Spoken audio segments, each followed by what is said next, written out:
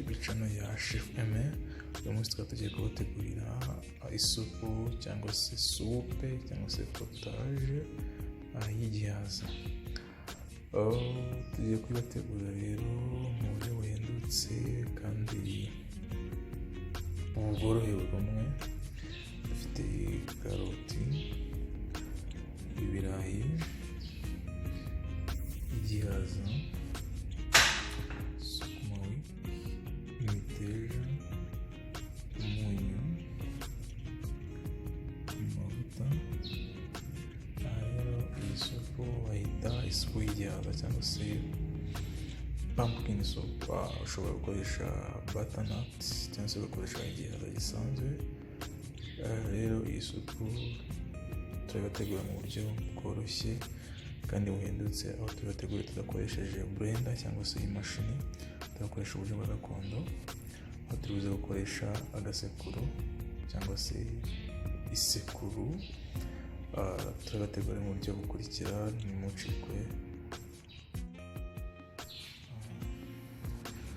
Nzabafata karoti,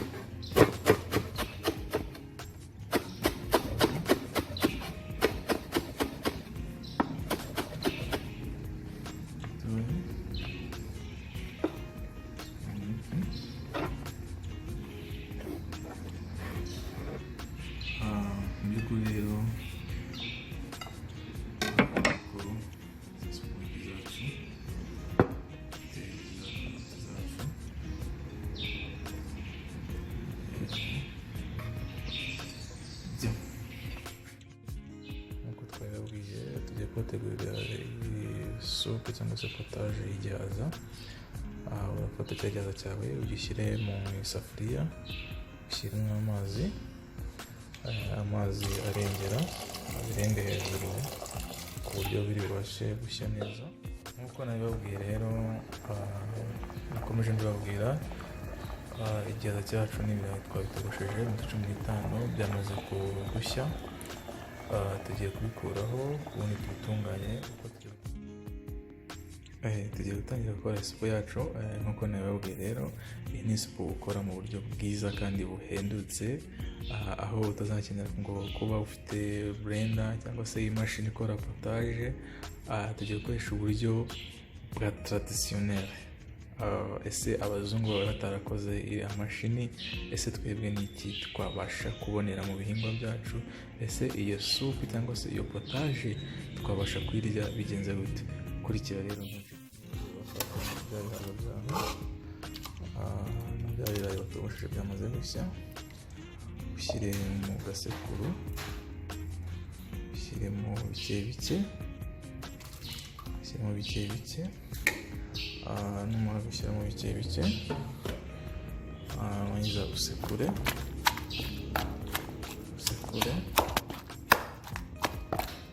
urasekura gahoro witonze,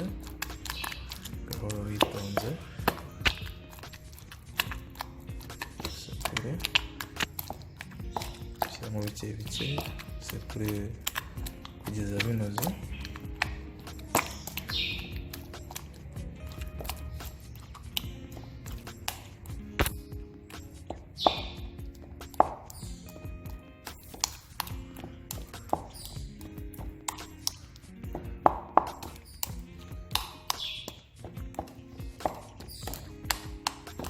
Sekura.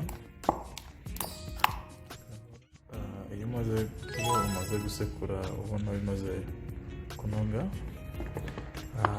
tujya muri process yo kubiyungurura kugira ngo ibitabasha kunoga neza bize gusigara kwabyo, ibyanoze neza bigende. Rero ushobora gukoresha akayunguruzo ufite ako kose. Twe dufite akangaka, ugakoresha icyo uzajya uyungurura ushyiramo. Rero iyo umaze kubisekura byanoze, urabiyungurura.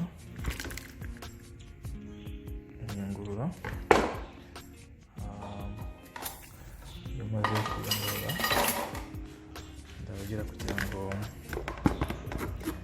ibyo washyize mu kayunguruzo byawe bimanuke bitandukane.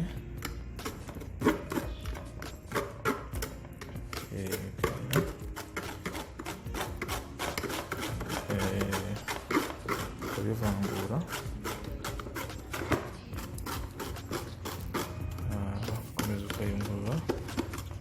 Ibyasigaye mu kayunguruzo urongera ukabisekura, ugasekura kugeza iyo umaze kuyungurura.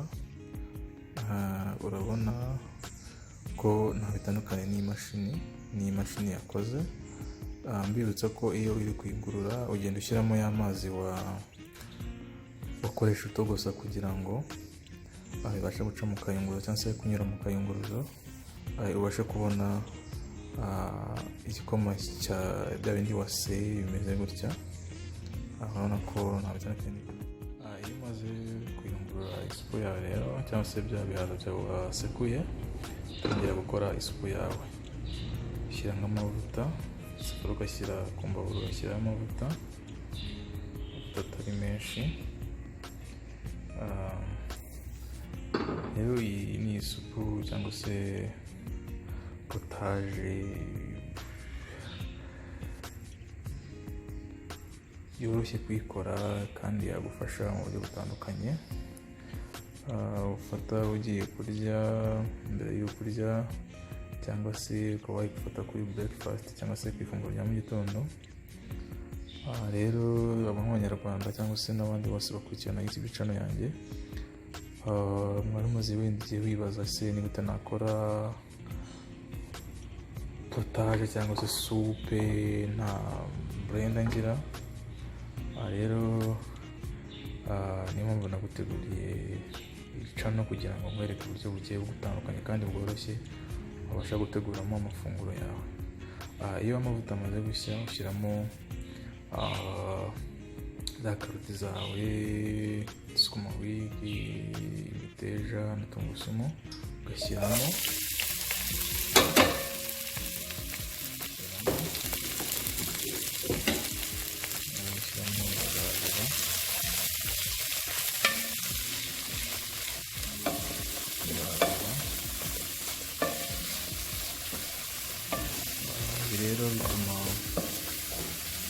tubasha gusa nk'uduhiye gatoya, ariko wirinda ko bishya cyane.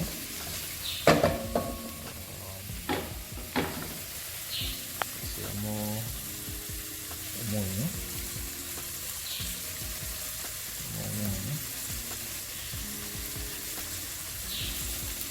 ukavanga wa munyu,